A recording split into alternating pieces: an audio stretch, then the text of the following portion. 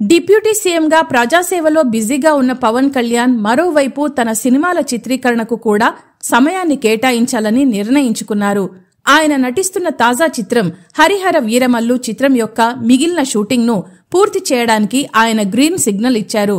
ఇంతకుముందు పవన్ కళ్యాణ్ బిజీ షెడ్యూల్ను అర్థం చేసుకున్న నిర్మాతలు ఈ సినిమాకు సంబంధించి ఆయన భాగం కాని ఇతర సన్నివేశాల చిత్రీకరణ మరియు చిత్రానికి సంబంధించిన ఇతర కార్యక్రమాలపై దృష్టి పెట్టారు.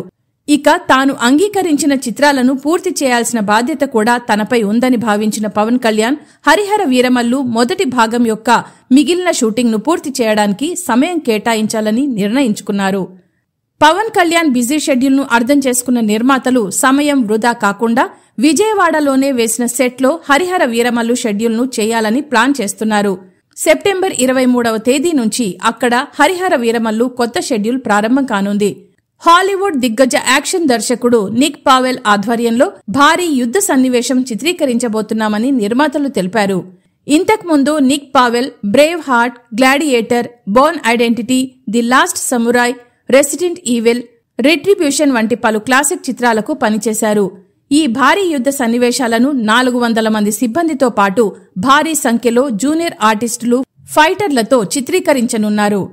క్రిష్ స్థానంలో దర్శకుడు జ్యోతికృష్ణ ఈ చిత్రం బ్యాలెన్స్ షూటింగ్ ను పూర్తి చేసే పనిలో ఉన్నారు.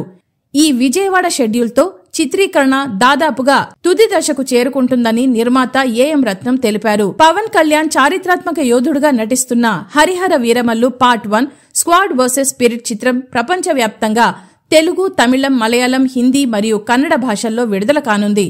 త్వరలో విడుదల డేట్ను కూడా ప్రకటిస్తామని సమాచారం. బాలీవుడ్ నటుడు బాబీ డియోల్ ముఖ్య పాత్రలో నటిస్తున్న ఈ చిత్రానికి ఎంఎం కీరవాణి సంగీతం అందిస్తున్నారు.